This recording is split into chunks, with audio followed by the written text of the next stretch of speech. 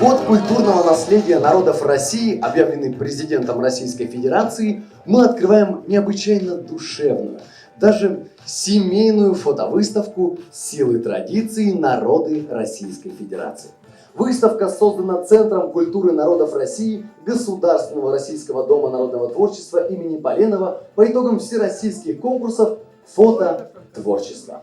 Конкурс проводился в течение 3 лет, и были собраны лучшие работы сюда, в эти экспозиции. Я уверена, что эта экспозиция будет не на 51 странице написана, а еще намного больше.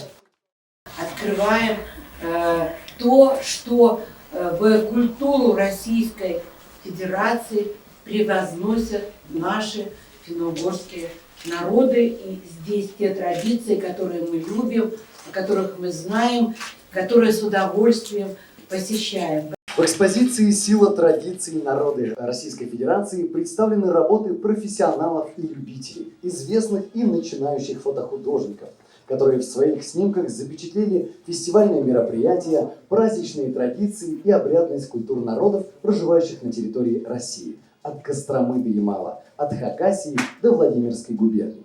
Где-то стилизованные моменты, а где-то это и есть жизнь, образ жизни. Люди, которые приезжают с Нижнего Новгорода, с Новгорода, с Великого Новгорода, с Пскова, они приезжают и видят, и говорят, что мы уже так не живем, а Усть-Илема так и живут.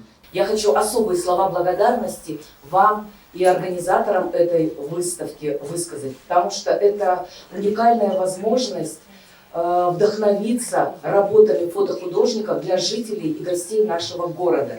Межэтнические отношения, мы понимаем, что это очень важно. Но мы все пропитано ими, просто мы, как воздух, не замечаем, что мы дышим воздухом.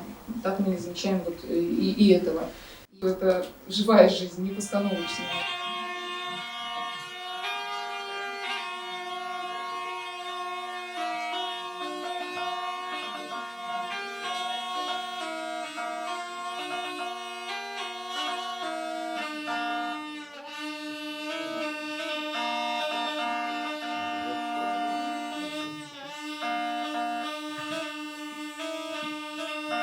Звучит марийская волынка – шур.